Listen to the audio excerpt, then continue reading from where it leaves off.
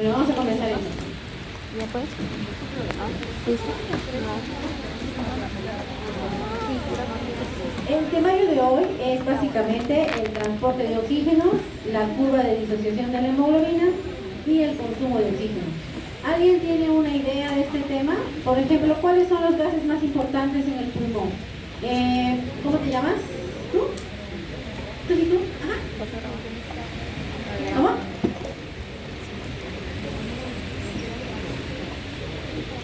El oxígeno, el dióxido de carbono,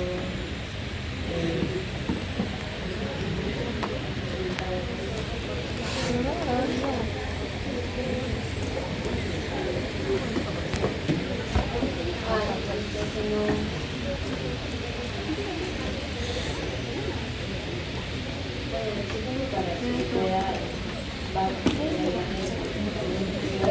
la sangre que vaya a la tierra y no todo el dióxido de carbono es lo contrario, ya sabes, en algún proceso oxígeno está tiene que salir, el dióxido de carbono. Básicamente tiene la idea bien clara. El oxígeno ingresa de afuera hacia adentro, nosotros producimos CO2, lo eliminamos, hacemos el intercambio de gases, que básicamente lo voy a explicar más adelante, y esto nos sirve. Y el nitrógeno, doctor, usted que lo mencionó, ¿para qué sirve? Había escuchado que estaban los tanques de los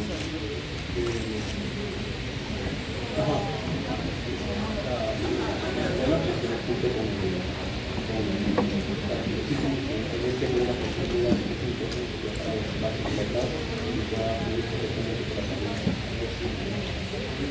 Vas por ahí. ¿Alguien más tiene una idea de qué sirve el nitrógeno, los gases arteriales? ¿Para qué tiene uso? ¿Sí?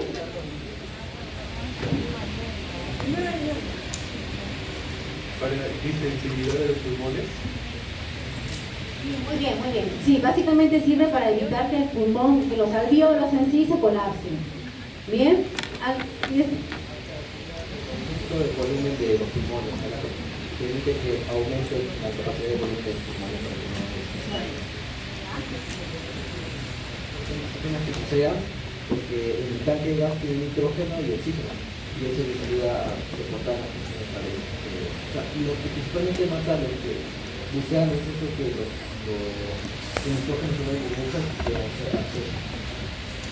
Más o menos, lo que pasa es que cuando uno bucea se pierde la presión del oxígeno, entonces también perdemos nitrógeno y el pulmón se colapsa, por así decirlo, y como se colapsa puede haber dificultad respiratoria, y al momento de colapsarse a veces pueden haber neumotoras al momento del buceo por los cambios de las presiones de los diferentes gases en diferentes estadios.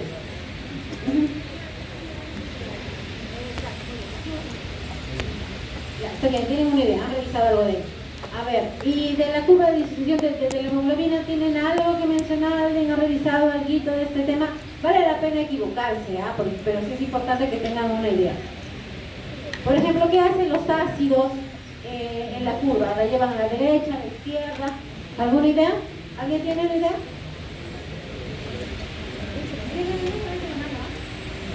Si alguien tiene idea, levante la mano. Ya, pues vamos avanzando. Bien. Ya, aquí básicamente esta gráfica es para explicar cómo van variando las presiones de oxígeno conforme van ingresando al cuerpo, ¿no? En el aire, en la atmósfera, la presión de oxígeno está por encima o 150 milímetros de mercurio. En la sangre arterial lo encontramos entre 100, 90 y va bajando hasta que entra a los tejidos, se realiza el intercambio gaseoso y esto varía. Hacen un intercambio, ¿no? Recuerden que la presión del CO2 está en 40 y el oxígeno entra entre comillas con 90, con 100 y al hacer el intercambio van variando, ¿no? Igual el PCO2 entra con 40 en el intercambio con el oxígeno y van disminuyendo así, ¿no?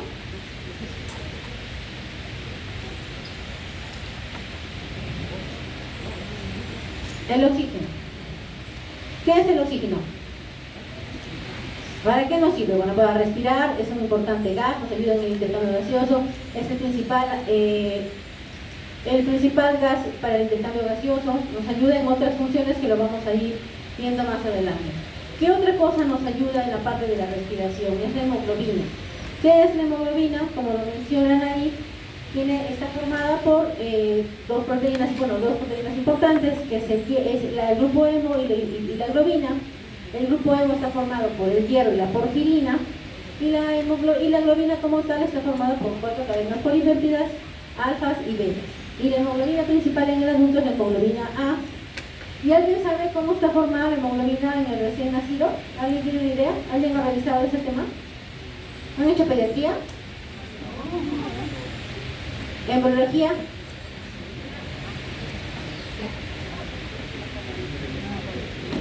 ¿Saben? ¿Cómo te llamas?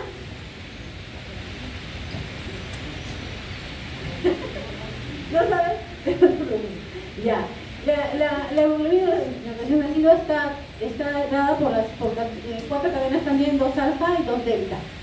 En diferencia del adulto que está con 2 alfa y 2 beta. La diferenciación es un poco más, ahora es fácil de explicar, pero me va a demorar más ahora. Otra cosa que es súper importante es que cada núcleo del grupo hemo tiene el potencial de transportar las moléculas de oxígeno. Y recuerda que cada hemoglobina tiene 4 moléculas hemos que se puede transportar sobre el oxígeno. Ya está. Este es básicamente un gráfico en el que se ve cómo está formada la hemoglobina, los intercambios. Recuerden que está formado por 4 pirroles con la protoporfirina 9. La protoporfirina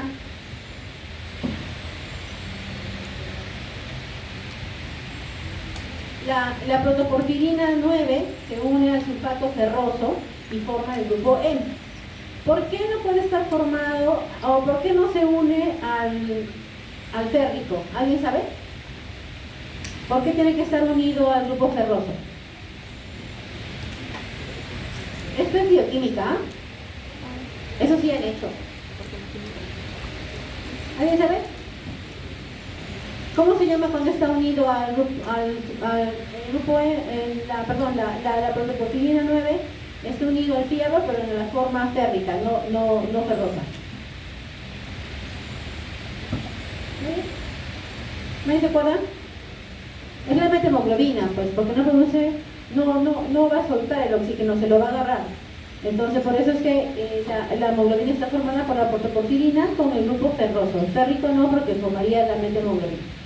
Bien, entonces, esto ya lo había explicado, pero vamos a avanzar un poquito más rápido. Igual si tienen alguna pregunta me avisan. Bien, ya. A ver, acá es básicamente lo que es la composición de los tipos de hemoglobina. Hay la hemoglobina A, que es la del adulto, que tiene 2 grupos de globinas, la alfa, 2 beta. En la fracción de la sangre está en el 90%. La hemoglobina F, que es la fetal, está formada por 2 grupos alfa, 2 delta, y es el 2%. Esto más o menos a partir de los 6-8 meses, porque al inicio, cuando recién nacemos, pues obviamente la hemoglobina fetal está mucho más alta, y esta también tiene más afinidad por el oxígeno. La hemoglobina A2 está formada también por dos cadenas de globina alfa y el épsilon, y esta está del 2 al 5%, y la hemoglobina A1C está por 2 alfa, 2 beta y la glucosa, esta está del 3 al 9%.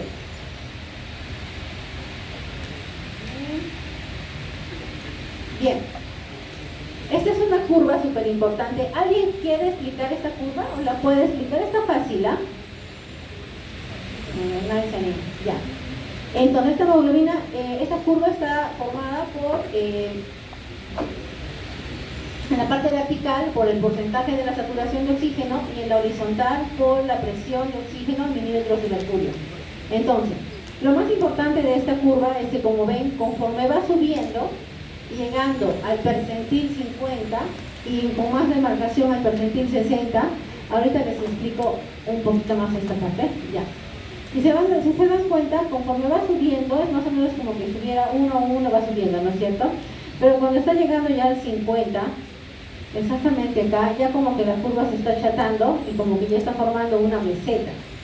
¿Qué ocurre aquí? Ocurre que es el P50 o la saturación de oxígeno. Quiere decir que a partir de aquí, por más que le pongamos 100, 150, 200 de presión de oxígeno, no va a subir más. Bien, Entonces, ¿y por qué está remarcado en la P60? ¿Alguien sabe por qué es importante esa demarcación en los 60 milímetros de mercurio asociada al 90% de la saturación de oxígeno? Ya, esto se ve mucho más importante en la clínica, ¿bien? Ya, como se ve bien claro, si vemos en el 40, no hay puntero, ¿no?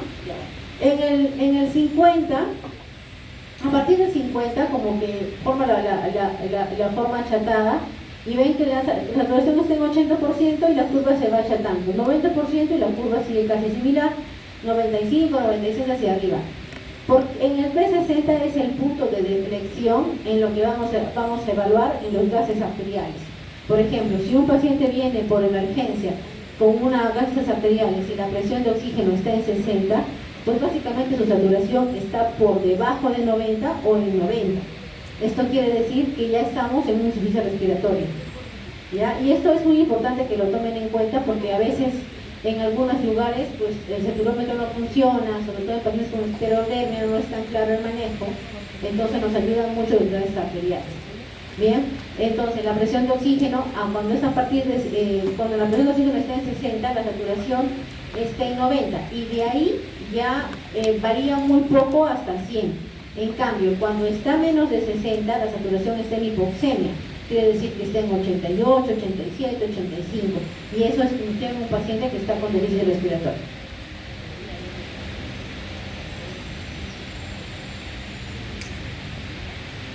Esto es básicamente lo que les había explicado antes, ¿no? Lo que marca es 60, es lo que marca cuando el paciente está saturando limítrofe, 90%, 80 es la demostración de lo que es normocapnia, porque en 80 ya llegas a 95, 96, que es lo normal a ojos. Anterior al COVID, todas las guías de oxigenoterapia lo mencionaban que la saturación normal de una persona era por encima del 94%. A partir del COVID, pues se tuvo un poco más de flexibilidad y se tomó que este 92% se podía considerar como normal. Pero fisiológicamente el mejor valor para decir que una persona está bien saturada es 94%, y eso está más o menos 78 al 80 de la presión de oxígeno. Entonces, esto para que quede muy claro que una presión de 60 ya es diagnóstico de insuficiencia respiratoria, y ya significa que la saturación por encima de eso no va a mejorar de 90, y de todas maneras tiene que requerir oxígeno como manejo. Bien,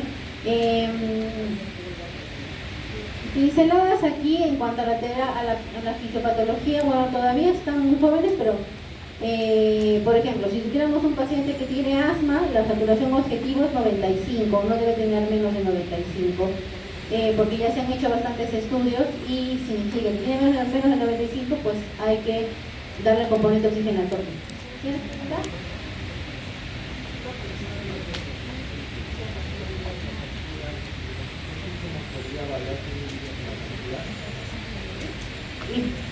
Sí varía, ya va a depender mucho de la altura.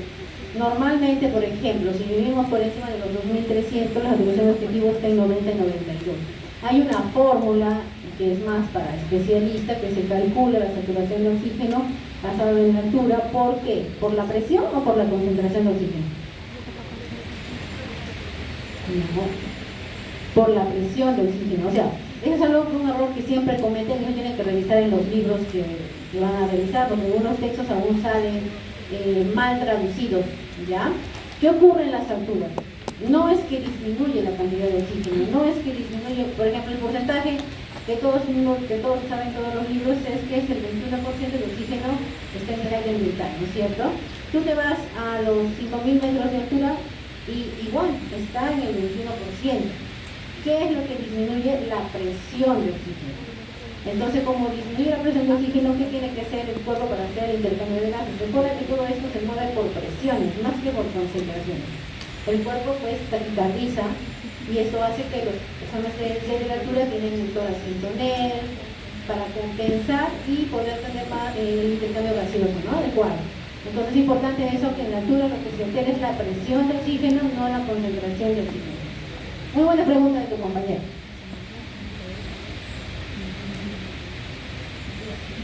Ya, este es un tema súper importante que es la curva de disociación de la hemoglobina. ¿Cuánto es la capacidad del oxígeno por la disociación de la hemoglobina? Eso es importante que lo tomen como dato porque probablemente el doctor Casanova es el que les va a tomar el examen, no yo. Así es que él, me imagino que va a sacar datos porque es súper importante. La cantidad máxima de oxígeno que se combina con la hemoglobina es 20.8 mililitros por 100 mililitros de oxígeno. Un gramo de hemoglobina contiene 1.39 mililitros de oxígeno. Es importante que tomen estos datos porque son datos basales. Ya calculados en laboratorio, no es que tú los puedas calcular o diferir, necesitas que tener esos cálculos en tu mente ya como que de memoria. La saturación de oxígeno de la hemoglobina, bueno, ya lo habíamos hablado, depende del porcentaje de oxígeno disponible para unirse a la hemoglobina. Eso lo vamos a ver más detalle más adelante. Bien. Ya, esta imagen nos va a explicar mucho más lo que les había explicado en las anteriores diapositivas. Bien, es básicamente la misma curva principal anterior, ¿no? Donde se ve que en la recta vertical se ve el porcentaje de la saturación de oxígeno de la hemoglobina y en la horizontal presión de oxígeno por milímetros de mercurio. Si se ve claramente, voy a ver si puedo hacerlo por acá, porque no me resulta tan fácil. Ya, bueno, ya.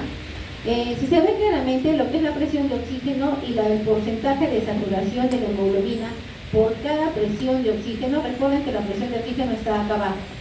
Bien, vemos que si está en 10 de presión de milímetros de oxígeno de la presión de hemoglobina, el porcentaje de saturación de la hemoglobina, de la molécula de hemoglobina como tal, es el 13.5%. Y eso que equivale a 0.03% por cada mililitro de oxígeno. ¿Ya? Entonces, conforme vamos avanzando la presión de oxígeno, que lo normal para que una persona esté sana debería estar en 80, significa que el porcentaje de saturación de la hemoglobina, del oxígeno por hemoglobina, sería del 94.5. Quiere decir que si una persona tiene la presión de oxígeno al 80% en los gases, en los gases arteriales, su saturación debe estar en un 94.5. Esto quiere decir que tiene 0.24 mililitros por 100 mililitros de oxígeno. Bien, y si tuviera una presión de oxígeno al 100%, que esto no ocurre, casi nunca se llega al 100%, tendría un porcentaje de saturación de la hemoglobina del 97.5%, que sería 0.3 mililitros por cada 100 mililitros de oxígeno disuelto en la hemoglobina. ¿Por qué digo que no es bien difícil que lleguemos al 100% en la saturación de oxígeno? ¿Alguien tiene una idea de esto? Esto es anatomía. Hay shunt. ¿Te acuerdan de los shunt en anatomía? ¿En qué lugares hay shunt? Que hay una mezcla de sangre venosa con sangre arterial. ¿Alguien se acuerda dónde están estas zonas? Ya le doy de tarea, porque eso tiene que estar también ahí fijo. Entonces, por eso es que cuando nos saturamos, bien difícil que lleguemos a 100, porque tenemos shunts y son fisiológicos, que no quiere decir que esté mal. ¿Ya? Por eso. Entonces, la siguiente. Bien, esta es la curva de disociación de la hemoglobina por el oxígeno. Bueno, como ya les había explicado anteriormente, la hemoglobina tiene una estructura cuaternaria, ¿no? Y esta determina su afinidad por el oxígeno. La desoxihemoglobina son las unidades de la hemoglobina que se unen con más fuerza al estado T, o sea, es más tensa.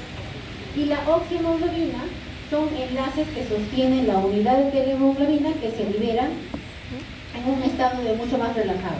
¿A qué se refiere esto?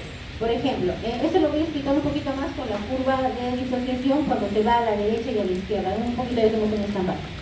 ¿Ya?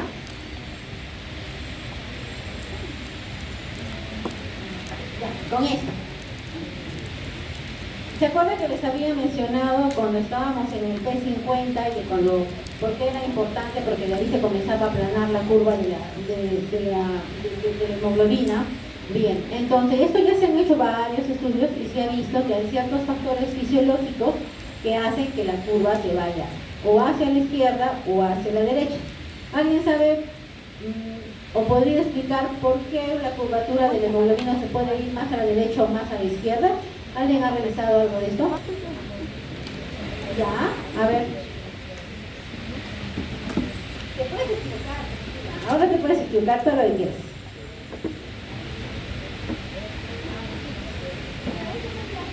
Bueno, es principalmente por tres factores. Tenemos el bicarbonato. Bueno, ahí no sale, pero vi que en la tabla también salía el bicarbonato para determinar la acidosis y la alcalosis metabólica respiratoria.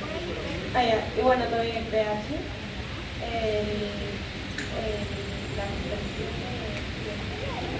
bueno, ya, la presión de dióxido, la temperatura y bueno, ya. No es el bicarbonato tanto como tal. Lo que pasa es que, por ejemplo, cuando tenemos acidosis o el pH baja, significa que hay una acidosis.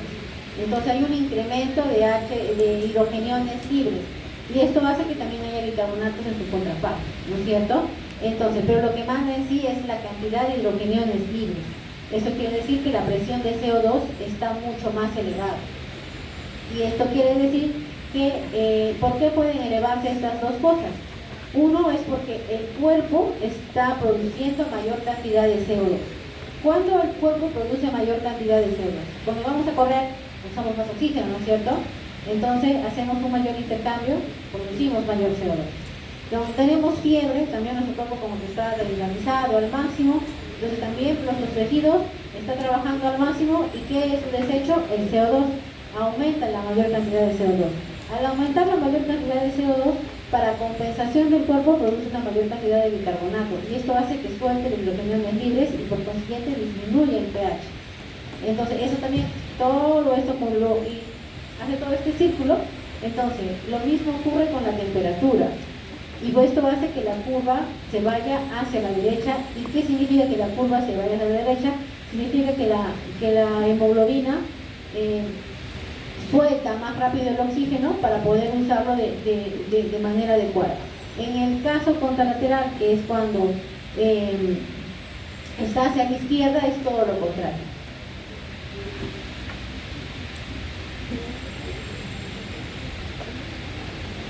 Creo que por aquí hay un grafiquito que lo explica esto. Ya esto es lo que les he explicado del chat, porque a veces no se llega hacia el 100%. Esto es acá. Esto es lo de la P50, que también ya les había explicado, de la temperatura. ¿De dónde sale el 2.3 isofosfoglicerato? ¿Alguien sabe? No, ojalá dejarme tarea.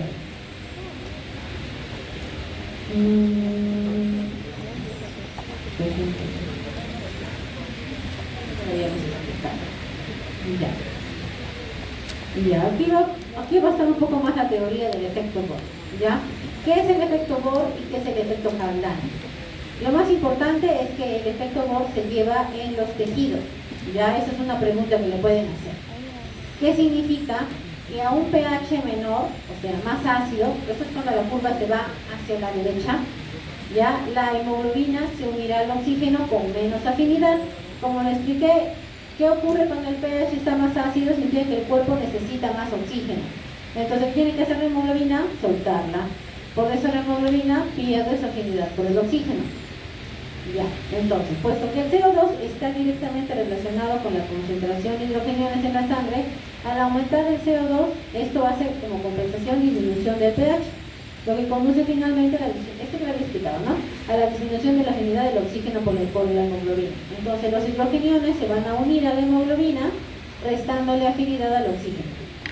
Bien, esta parte final de los hidrogeniones se unirán a la hemoglobina y por eso le restan la afinidad. Esto puede ser una pregunta de examen. Ya les pueden poner, ¿por qué el oxígeno, por qué la hemoglobina pierde afinidad por el oxígeno? O en el efecto Bohr, ¿por qué ocurre esto? Entonces tienen que poner, la respuesta es que los hidrogeniones se unen a la hemoglobina y esto hace que se pierda la afinidad. ¿Y esto ocurre en qué? En 4 causas que hemos puesto hace un ratito. ¿Cuáles son? Una, este plagio, a ver. ¿Una cuál es?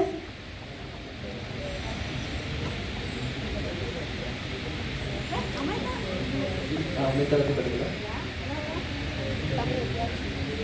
disminuye el pH. Claro, o sea, porque eso va a venir en el examen y luego va a venir que luego me diga el doctor Casanova que no aprendieron.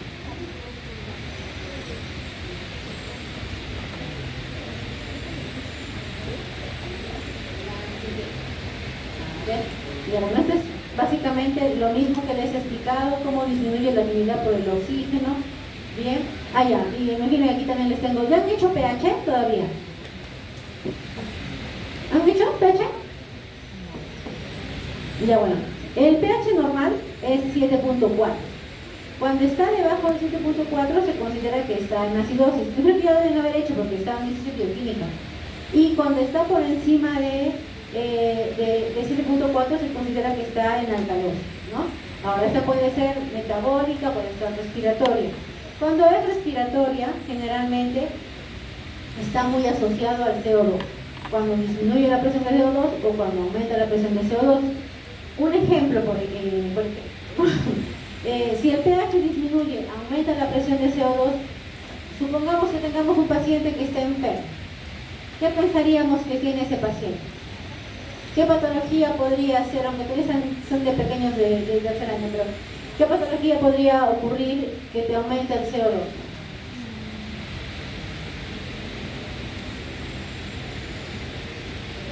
Es una acidosis respiratoria, pero ¿qué patología podría producirte una acidosis respiratoria? Hay una patología que te puede producir ambas, ¿ah? Un ejemplo, un asmático, ¿ya? Un asmático cuando ya está cansado, ya ha tenido unas crisis de asma, le han puesto nebulizadores, un asmático severo con riesgo para la vida, un asma casi fatal, va a tener un pH ácido y un PaCO2 elevado por hipoventilación y por cansancio de caja. ¿Ya? Esa es en la fase final, significa que ese asmático tiene que entrar a ventilador mecánico sí o sí, no hay nada más que hacer. En cambio, si el asmático cuando recién ingresa le comienza su crisis, va a venir con alcalosis respiratoria, quiere decir, como va a estar hiperventilando, va a estar eliminando CO2. Y como está eliminando CO2, el pH se eleva y produce una alcalosis, pero una alcalosis respiratoria. Esa es la fase inicial de un asmático. Pero si le damos inhaladores o se demora mucho en ir, pues puede llegar en acidosis respiratoria, porque ya la caja torácica ya se ha cansado, la musculatura ya se ha cansado y así con ventilación. Entonces, ambas cosas son importantes saberlas porque nos va a ayudar mucho en la clínica, sobre todo cuando ya sean internas.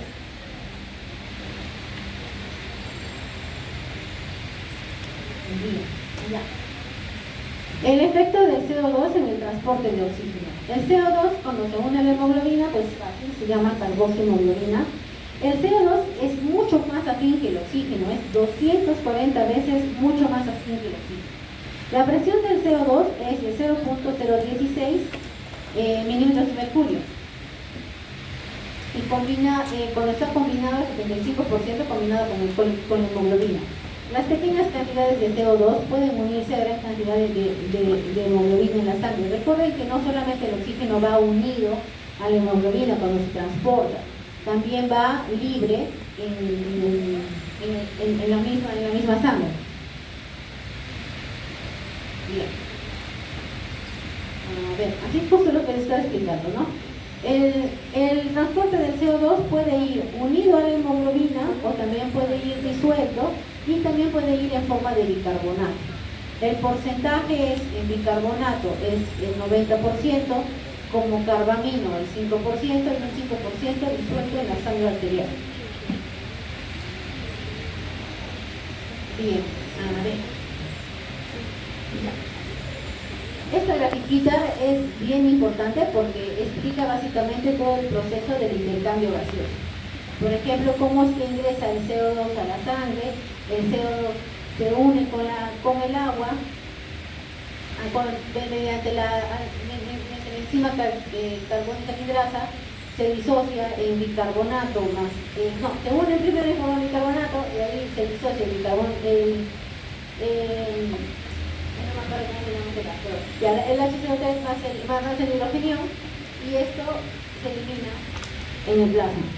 El oxígeno se elimina en el plasma, se une y la hemoglobina está unida con el oxígeno. Recuerden que cuando la hemoglobina pierde la afinidad por el oxígeno es porque la hemoglobina se une al hidrógeno.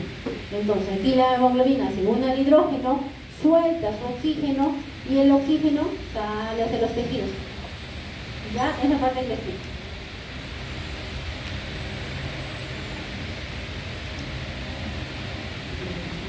Ahí está lo que les explico de la metabólica. A ver. Esto es básicamente lo mismo, pero este es en el alveolo. En el alveolo, el CO2 es exhalado, bueno, es en reversa, ¿no? Ya, por eso explico. En el alveolo, el oxígeno es inhalado, ingresa al intersticio y ahí pasa al plasma. Bien, el oxígeno se une a la hemoglobina y entonces, como se une a la hemoglobina, suelta el hidrógeno. El hidrógeno va por ahí, la hemoglobina con el hidrógeno ingresa al tejido y hace el intercambio. Y entonces suelta el hidrógeno y hacen todo al reversa, ¿no? Pero va al reversa. El hidrógeno se une con el bicarbonato, con el... se me ha ido el nombre de ese ácido, disculpen chicos. Forma el bicarbonato, paralización carbónica, disociación de agua más CO2, elimina el CO2 y el CO2 es exhalado. ¿Bien?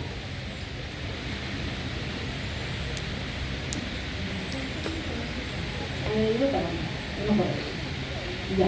El CO2 disuelto. El CO2 disuelto obedece a la ley de Henry.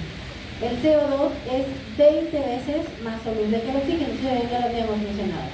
Del 5 al 10% de los está presente en el 5 al 10% de los gases que pasan por los pulmones desde la sangre y esto se encuentra disuelto. Ya lo explicamos en el grafiquito anterior. Del 5 al 10% se encuentra disuelto. El 90% está como base en el plasma. ¿Ya? Algunas diapositivas se están repitiendo porque esas diapositivas son del doctor Casanova, solo que las ha asociado a las mías. Bueno, básicamente casi todo eso lo hace. La ley de Henry. La ley de Henry se explica por la presión, porque es la concentración del gas disuelto sobre el coeficiente de solubilidad. Y esto tiene que ser a una temperatura constante, la cantidad del gas tiene que estar disuelto en un líquido y esta es directamente proporcional a la presión parcial que ejerce ese gas sobre el líquido. ¿Qué significa eso? Lo vamos a explicar más adelante. Por ejemplo, el coeficiente de solubilidad del oxígeno es 0.024. El coeficiente de solubilidad del CO2 es 0.57. Quiere decir que el CO2 es mucho más soluble que el oxígeno. El monóxido de carbono pues es un poco menos soluble que el nitrógeno y que el oxígeno, y el nitrógeno pues es mucho menos. Y el helio pues, el efecto Haldane. El efecto Haldane, ¿dónde ocurre? En los tejidos, en el pulmón. ¿Alguien sabe? En el pulmón, ¿ya? El efecto Haldane es una propiedad de la hemoglobina en la que la desoxihemoglobina incrementa en la sangre y la habilidad y es la capacidad de la hemoglobina de transportarse con el dióxido de carbono. Es a la inversa de la sangre oxigenada, sino que es la capacidad de transportarse el dióxido de carbono. Luego para que está bien, pues es el inverso de la sangre oxigenada. Bien, compuestos carbamínicos. Eso se forma por la combinación del CO2 con los grupos aminos terminales. Estas son las proteínas sanguíneas, ¿ya? Es la unión de la hemoglobina con el de nitrógeno más el dióxido de carbono. Esto produce la hemoglobina asociada al ácido nitrógeno más el COH. Bien. Y lo más importante de esta diapositiva es que la hemoglobina reducida puede unirse aún más al CO2 y formar la HBO. Paseo, está un poquito más cerca. Bien, esta... Ya, explicamos esto para que me entiendan. Ya, esta gráfica, en la parte vertical está la concentración del oxígeno o el CO2 Por cada mililitro va 19 mililitros. Y en la parte inferior está la presión de oxígeno y el CO2 por mililitro de mercurio. Entonces, si se dan cuenta, conforme va aumentando la presión parcial de oxígeno, va formando su curvatura y se va aumentando la presión de oxígeno, es decir, la concentración de oxígeno. En cambio, la del CO2 comienza mientras va aumentando su concentración, su presión puede seguir subiendo, y no tiene una meseta en comparación con el oxígeno. Eso también es importante. Recuerden de la meseta de la curva, el oxígeno, eso es una curva muy importante. Bien, acá. La hipoxia, esto ya se había adelantado un poquito. La hipoxia es la deficiencia del oxígeno en los tejidos. La hipoxia hipóxica, en la cual disminuye la presión de oxígeno en sangre. Estos conceptos les sugiero que los apunten o les tomen foto porque lo más probable es que el doctor no les voy a preguntar.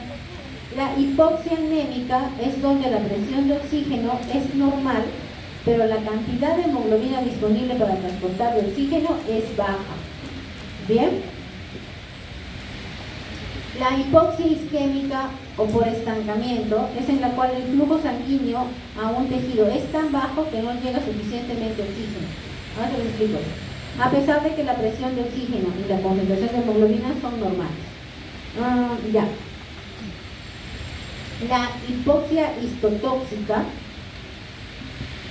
es en la que la cantidad de oxígeno llega al tejido es de manera adecuada, pero por acción de algún agente tóxico, las células del tejido no pueden utilizarse en el oxígeno cuando llega. ¿Ya? A ver, en esa les voy a explicar un poquito. En la isquémica por estancamiento, ya. Por ejemplo, a ver, una enfermedad. Con el ACV isquémico, la enfermedad cerebrovascular isquémica, significa que ha habido algún trombo en alguna de las arterias o venas en el cerebro. Entonces quiere decir que hasta esa zona del cerebro no está llegando suficiente irrigación. Entonces no hay un intercambio de oxígeno con CO2. Y eso sería una hipoxia isquémica, porque no hay el transporte, o sea, no es que no haya oxígeno, sino que no llega. Y en la hipoxia histotóxica significa que hay algo o algún agente tóxico, por ejemplo la metahemoglobina, puede haber alguna toxicidad por la que la hemoglobina se está uniendo porque la hemoglobina es unida al férrico y no al ferroso, y esto hace que no suelte el oxígeno, esté el oxígeno unido pero no lo va a soltar. ¿Ya? Entonces, eso, por ejemplo, me parece que tienen alteraciones como porfirinas, en las enfermedades genéticas. Consumo de oxígeno. Eso significa o corresponde al consumo de oxígeno en el cuerpo. El consumo de volumen de oxígeno del cuerpo se consume por el metabolismo de una persona en determinadas condiciones fisiológicas, en reposo o en ejercicio. O sea, el cristiano es la cantidad de oxígeno que consumimos cuando hacemos ejercicio y cuando estamos en reposo.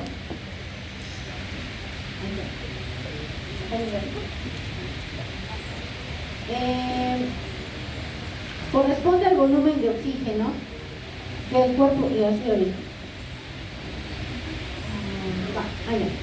la fórmula de consumo de oxígeno es el gasto cardíaco,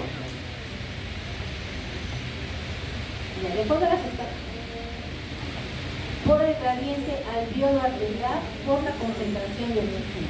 Ya es importante que guarden esta fórmula. El gasto cardíaco por el gradiente alveolo arterial por el oxígeno, esto significa la presión de oxígeno en los gases. Bien, de acuerdo, esta es una ecuación de Fick que explica el consumo de oxígeno y cómo es que este consumo de oxígeno depende de la capacidad del corazón y de los tejidos de extraer el oxígeno. Esto para explicar un poquito más fácil, para mí es mucho más fácil entenderlo así. Ya. Esto lo voy a explicar con una pregunta. Si yo tengo anemia, ¿me baja la saturación? Digamos que yo tuviera hemoglobina en 5. ¿Cuánto saturo? ¿Alguien sabe?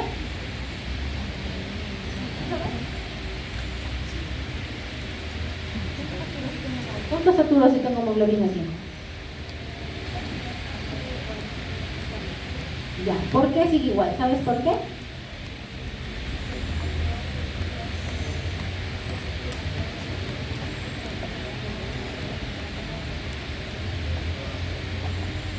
Ya, ¿pero por qué? Falta una pregunta más, ¿por qué? ¿Qué ocurre? ¿Qué hace el cuerpo para compensar esto?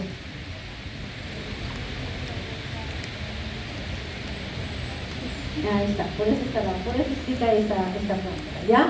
¿Qué hace el cuerpo para compensar eso? Aumenta el gasto cardíaco. ¿Y cómo aumenta el gasto cardíaco? Taquicardiza. Para que todo vuelva a circular y pueda tener un mayor intercambio gaseoso. Y esto se explica por qué es que la gente de altura tiene la caja torácica más amplia, hacen cardiomegalia, porque obviamente tienen que estar bombeando todo el tiempo para mantener esa oxigenación de manera adecuada.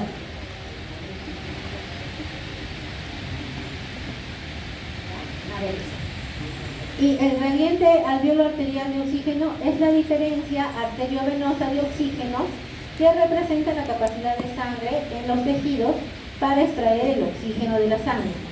Cuanto mayor sea la diferencia de oxígeno entre arterias y venas, menor será la cantidad de oxígeno que quede en los tejidos.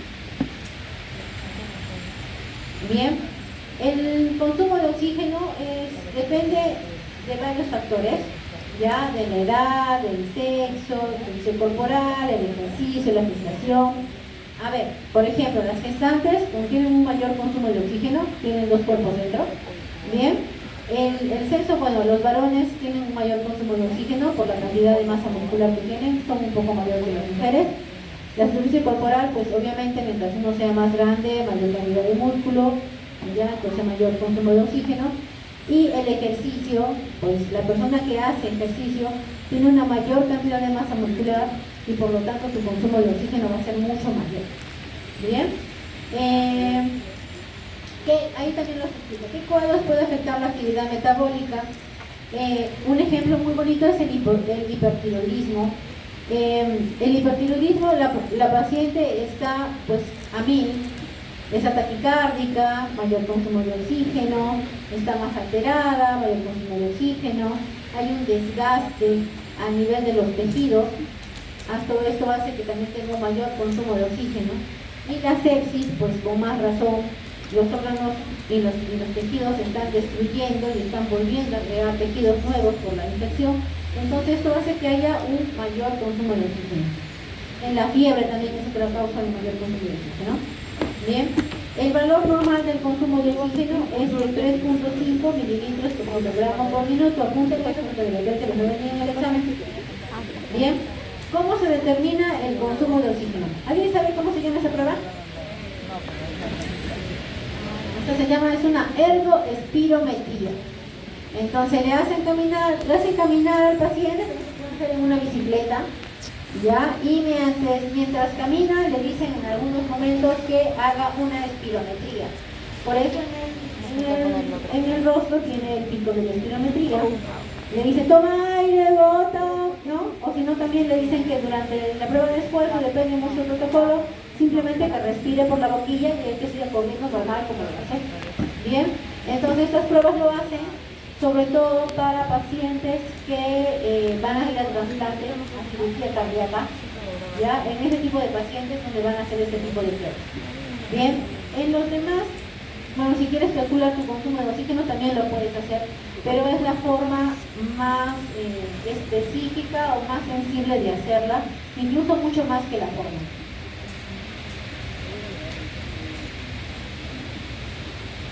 Ya, esta es una curva de los consumos de oxígeno de acuerdo a al peso, la talla y a la edad, ¿no? Es una curva que en la forma vertical tiene el consumo de oxígeno y en la lateral tiene la edad. Conforme va aumentando la edad, cómo va alterando el consumo de oxígeno. Si vemos, por ejemplo,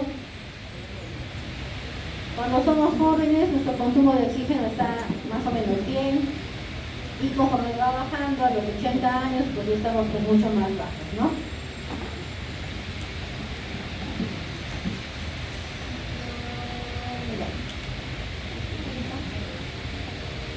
Ya, esta es una curva que explica el consumo de oxígeno durante el ejercicio y la recuperación. Bien, entonces, el consumo de oxígeno está en la vertical y en la horizontal está la duración del ejercicio. Vemos que comienza con el ejercicio, comienza a subir, ya estamos como en el estado estacionario, ¿cuánto más vienes? Cuando ya nos hemos cansado, comenzamos a la meseta que se ve en la parte superior, ya estamos cansados, comienza a caer y comienza la pérdida de la disminución del consumo de oxígeno. ¿Bien? Allá. Esto es lo que hemos estado hablando mucho más antes de lo que ocurre en altura. El porcentaje de volumen de oxígeno inspirado y la presión parcial de oxígeno. Es básicamente lo que les había explicado, ¿no? Lo que produce la saturación más baja en altura es la presión de oxígeno, no la concentración de oxígeno. Y ahí explican esta imagen, por ejemplo, esta es la presión barométrica de oxígeno. En Lima está en 760 milímetros de mercurio. Bien, conforme vamos subiendo, conforme vamos subiendo de altura, va disminuyendo la presión. Esta es la presión ambiental, ¿no? Conforme va subiendo la altura, va disminuyendo lo que es la presión. Por ejemplo, a los 3.000 metros está 520, eso está en Huancayo. Arequipa está en 526, es una tabla muy viejita. Y la presión de oxígeno que está en este lado va disminuyendo. Por ejemplo, si estamos a 4.000 metros, está en 87, de lo que en Lima está en 150. La presión barométrica ambiental, 160, la presión de oxígeno en Lima, 150. Vamos trepando, en 1.000 metros, esto está en Cali, la presión de oxígeno ya va bajando a 137. Subimos a México y la presión va disminuyendo aún más, 115. Y aquí ya tenemos una presión barométrica del ambiente de 536. Si estamos en La Paz, es más o menos a la altura de Puno, con 3.800 metros, estamos con 87 de presión de oxígeno. Por eso es que algunos de la Soroche incluso pueden llegar a edema agudo del pulmón por la altura. ¿Ya? Y esto es la presión inspiratoria de oxígeno. Y el consumo de oxígeno también con la altura es bonita gráfica.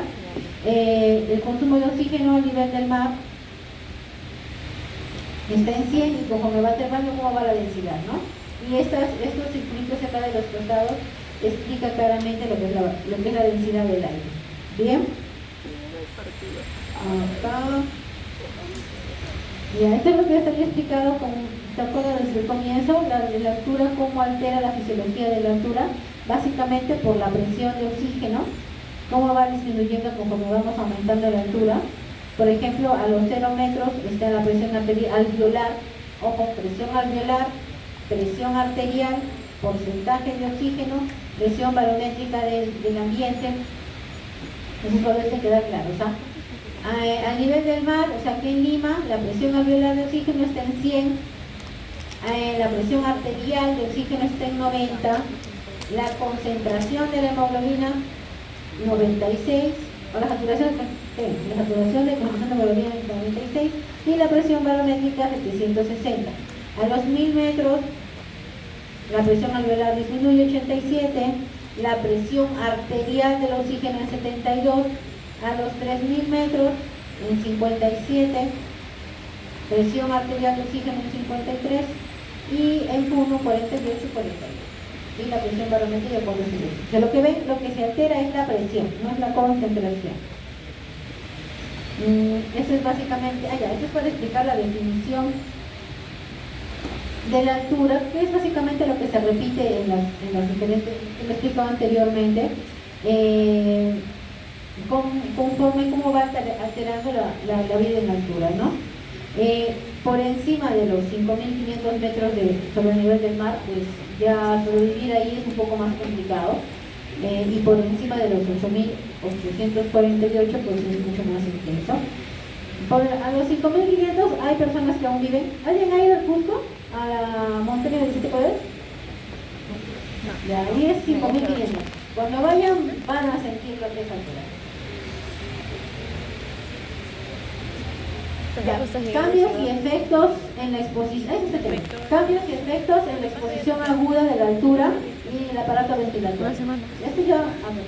Los cambios es el incremento en la ventilación, reposo máximo. Se incrementa la presión de oxígeno alveolar, decrece el CO2, el ácido carbónico y los hidrogeniones en sangre y el líquido escalorrápido disminuyen, aumenta la frecuencia y el volumen ventilatorio como compensación, desplaza hacia la izquierda la curva de distribución de la oxihemoglobina y la alcalosis respiratoria con aumento de bicarbonato orgánico es el causante del mal agudo de altura. Esto es fácil de explicar porque, ¿qué pasa? Cuando tú llegas a altura, la presión de oxígeno es menor, ¿qué haces? Pues comienzas a respirar más rápido, ¿no es cierto? ¿Por qué? Porque te falta el aire. ¿Qué pasa cuando uno respira más rápido? ¿Qué expliqué más antes? Ocurre alcalosis respiratoria. Entonces, ¿qué pasa en la alcalosis respiratoria? Estamos eliminando CO2, disminuye el CO2, como consecuencia aumentan los hidrogeniones, produce alcalosis respiratoria y esto disminuye los hidrogeniones en sangre y produce hidrogeniones en el líquido cefalorrápido. Bien, entonces, el mal agudo de altura puede comenzar primero con un dolor de cabeza. La gran mayoría de cada altura se con un dolor de cabeza. Si es muy intenso, lo tomas paracetamol o azoxolamida y con eso ya se compensa y va disminuyendo. Cuando me tengo que preocupar por el mal de altura, cuando me falte demasiado el aire y me esté ahogando bastante, porque puede haber edema agudo de pulmón. ¿Ya? Y el edema agudo de pulmón, eso sí es indicación sí o sí de descenso a nivel del mar, porque puedes fallecer. ¿Qué podemos hacer para evitar esto? Pues cuando vayamos a altura, vayamos por escalones, si es que no somos de altura. Por ejemplo, si vamos a ir, no sé, al Cusco y de ahí queremos ir a la montaña, pues entonces venimos de Lima, pues primero pernoctemos o en Cusco o en Aguascalientes, que más o menos 3.000, unos 3 días. Si toleramos esa altura, ya como a los 2 o 3 días de estar en altura ya podemos ir si queremos a escalar. Pero si nos vamos a ir de frente, pues vas a regresar con problema agudo común. Es más, si es que tienes posibilidades de irte mejor, como que de metro a metro, por ejemplo, puedes ir primero por Arequipa, que te matas, y de ahí vas a Cusco y así vas subiendo, es lo ideal si es que tienes soroche o antecedente de. A mí me comienza a sangrar la nariz. No sé, no. Directo al éxito. Directo a la muerte. Muy bien. Esto es hipoxia hiperventilación. Eso ya se ha explicado, pues. A mi hermana. A mi mamá no. A mi papá tampoco. Ya. A mis tíos estaba normal. ¿Cómo varía la espirometría a una altura de 5.000 metros? Ya, eso es muy bonito. También parcialmente les he explicado. ¿Qué ocurre en un hombre de altura? Les dije que como compensación el corazón se hacía más grande, la caja torácica se hacía más grande, los pulmones son más grandes, como compensación de un hombre de altura. Entonces, ¿qué va a pasar? La capacidad vital forzada, por tener un pulmón más grande, se aumenta, ¿bien? El volumen expiratorio, que es la capacidad de expulsar el oxígeno en el primer segundo, también se aumenta, ¿bien? Y por consiguiente, la capacidad pulmonar, que es la suma, me voy a acercar un poquito más. La capacidad pulmonar total es la suma de todos los volúmenes del pulmón, ¿ya? Entonces, es el volumen residual, el volumen ventilatorio tidal, el volumen inspiratorio máximo y el inspiratorio máximo y expiratorio máximo, todos se suman y eso forma la capacidad pulmonar total. Entonces, y también como consecuencia la capacidad pulmonar total está mucho más elevada. Ahora, esto también puede ser que le pregunte al doctor Casanova en el examen: ¿qué volumen no se puede medir en la espirometría? ¿Bien? ¿Cuál? El residual. ¿En qué prueba se puede medir el volumen residual?